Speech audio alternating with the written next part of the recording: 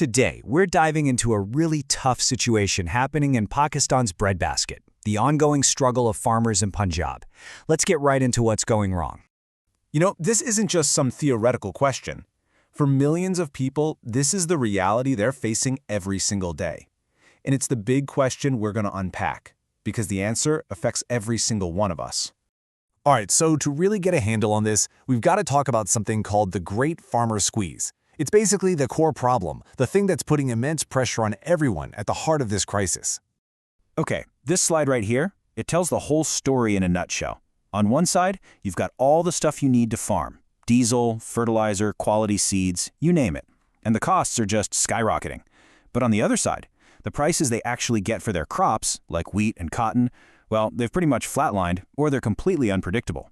It's a simple, brutal math problem. Their income just can't keep up. And what's the end result of that math problem? Well, this is it. When your costs keep climbing but your income stays the same, you eventually hit a wall. For so many of these farmers, it's not even a business anymore, it's a daily struggle, where they're lucky if they break even. And often, they don't even make back what they put in. Okay, so you might be wondering, why is this squeeze hitting so hard here? To get that, you really have to understand what farming in Pakistan actually looks like. It's probably not what you're picturing. Just take a look at these numbers. It's pretty staggering. A whopping 97% of all farms in Pakistan are what we call smallholdings. That's less than 12.5 acres. So forget those images of giant corporate mega farms. This is an agricultural system built on the backs of millions of small, family-run operations. And that's the key thing to remember here. When we say smallholder system, we're talking about farming that's just woven into the fabric of family life. These are families depending on a really delicate balance, a bit of crop income, maybe a few animals, some off-farm work here and there, just to survive. The financial cushion, it's paper thin. And if you think that's tough, well, the pressure is actually getting worse. See, as land gets passed down through generations, it gets split up. So the average farm size is actually shrinking. Back in 2010, it was about 6.4 acres. Today, it's down to just over 5. It's making it harder and harder to turn any kind of real profit. And this is exactly why those big ideas you hear about, massive tractors, corporate farming models, why they often just don't work here. Those solutions are built for huge open fields in other parts of the world. They just don't make sense for a family trying to make a living on 5 scattered acres with almost no access to big loans.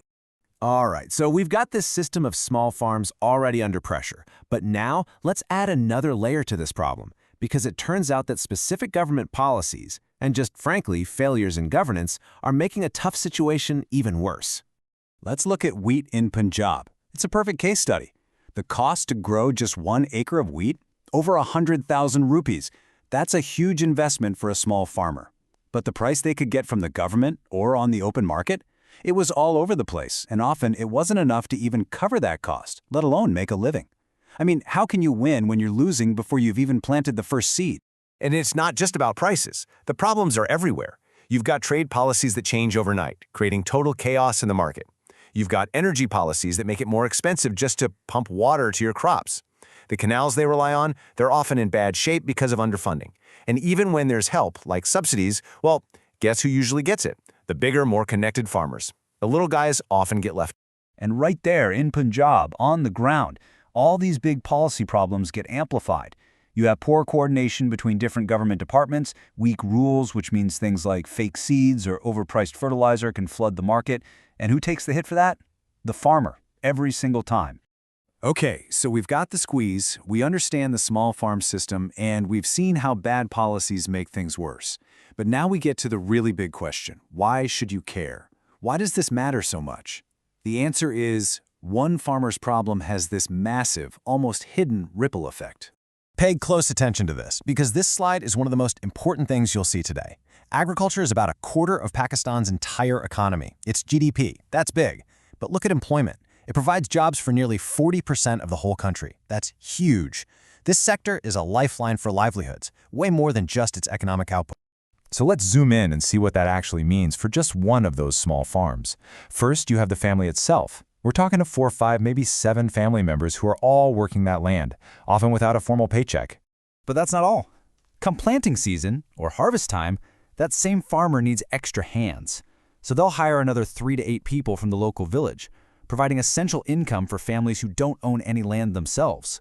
So, when you put it all together, the family, the hired workers, you get this incredible number. One single, small farm can directly support the livelihoods of about 10 different people.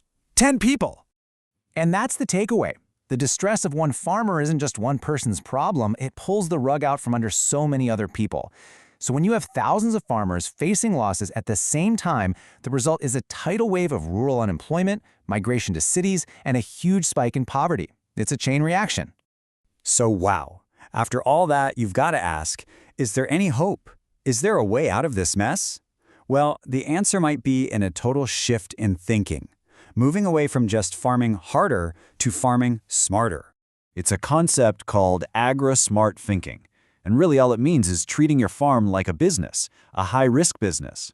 It means you stop just crossing your fingers and hoping for good prices, and you start actively planning for when things go wrong, because they probably will.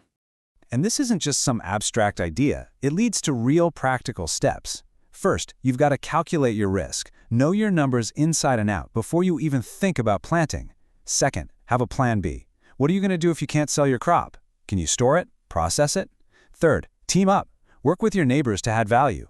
Fourth, don't put all your eggs in one basket. Diversify a little. And finally, number 5, think long-term. Invest in things like saving water and improving your soil health. That's resilience. And the good news is, farmers don't have to figure all this out on their own. There are organizations and consulting services popping up that can help them look at their farm as a whole system. They help find ways to cut risk, reduce waste, and build an operation that's actually profitable and sustainable for the long haul. Which brings us to our final and maybe most important question. Look, helping farmers get smarter and more resilient is absolutely critical. There's no doubt about it. But can those individual efforts, farm by farm, really be enough to survive in a system that seems so fundamentally flawed? Can a smart farmer win in a broken game? That is the real question to chew on.